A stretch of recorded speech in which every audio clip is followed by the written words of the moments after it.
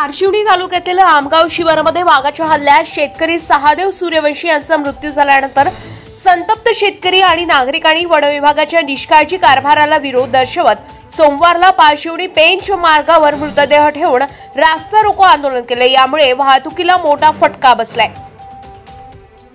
रविवारी सायंकाळी सहादेव सूर्यवंशी शेतात तुरीच्या कापणीसाठी गेले होते। याच वेळी अचानक वाघाने त्यांच्यावर हल्ला करून ठार केले। कुटुंबियांनी शोध घेतल्यावर मृतदेह तुरीच्या शेतात सापडलाय। घटनास्थळी असलेल्या जखमांवरून वाघाच्या हल्ल्यामुळे मृत्यू झाल्याचं स्पष्ट झालंय। या घटनेनंतर काही वेळातच वाघाने आणखीन एका महिलेला लक्ष्य करण्याचा प्रयत्न केल्याची माहिती ग्रामस्थांनी दिली आहे। पारशिवडी तालुक्यात वाघाच्या वाढत्या हल्ल्यामुळे नागरिक दहशतीखाली आहे। मात्र वन विभाग आणि रामटेक विधानसभा क्षेत्राचे आमदार आशिष जयस्वाल यांनी या गंभीर परिस्थितीकडे दुर्लक्ष केल्याचा आरोप आंदोलकांनी केलाय। वन विभागाचा भोंगळ कारभार आणि प्रशासनाची उदासीनता यामुळे निष्पाप नागरिक आणि जनावरे हकनाक बळी जात आहे। शेतकरी आणि आंदोलकांनी असा गंभीर आरोप केला आहे की वन विभाग फक्त आश्वासने देतो, परंतु प्रत्यक्षात कोणतेही ठोस पावले उचलत नाही। नागरिकांच्या मते वाघाच्या दहशतीला तोंड देण्यासाठी पथके नियमितपणे गस्त घालत नाही।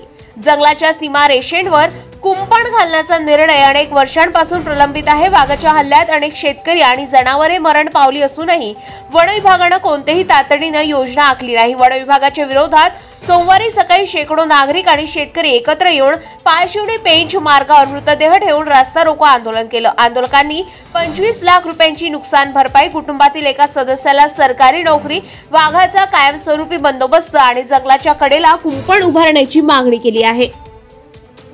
वन परिक्षेत्र अधिकारी प्रीतम सिंग आणि अनिल भगत यांनी आंदोलनस्थळी येऊन आंदोलकांना आश्वासन दिले। वाघाला जेरबंद करण्यासाठी 25 जणांचे पथके तयार करण्यात येणार असून शेतकरी पीक कापणी करत असतानाही पथके कार्यरत राहील। तसेच प्रत्येक गावात चौक्या उभारण्यात येतील। तसेच मृतकाच्या कुटुंबियांना 10 लाख रुपयाचा धनादेश तात्काळ देण्यात आलाय। उर्वरित 15 लाख रुपये आठवडाभरात दिले जातील असं वन विभागाने सांगितलंय।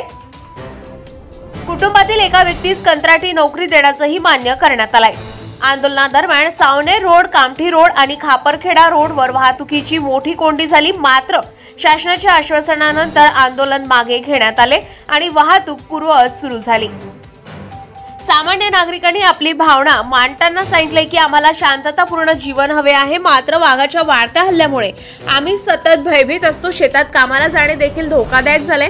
प्रशासनाने व वन विभागाने यावर तातडीने उपाययोजना करावी, अन्यथा आम्हाला आमच्या हक्कासाठी रस्त्यावर उतरवावे लागेल। वाघाचा कायमस्वरूपी बंदोबस्त न झाल्यास आणखी तीव्र आंदोलन छेडले जाईल असा इशारा ग्रामस्थांनी दिलाय। शासन आणि वन विभागाने दिलेल्या आश्वासनाची पूर्तता तातडीने झाली नाही तर परिस्थिती नियंत्रणाबाहेर जाईल अशी भीती व्यक्त होते आहे। त्याचा महाराष्ट्र 24 न्यूज करिता ऋषभ बावणकर, पारशिवडी, नागपूर। ताज्या घडामोडी आणि बातम्या जाणून घेण्यासाठी गरजा महाराष्ट्र 24 न्यूज या आपल्या YouTube चॅनलला सबस्क्राईब करा आणि बेल आयकॉन दाबायला विसरू नका, जेणेकरून आपला व्हिडिओ आल्याची ताजी खबर तुम्हाला ताबडतोब मिळेल।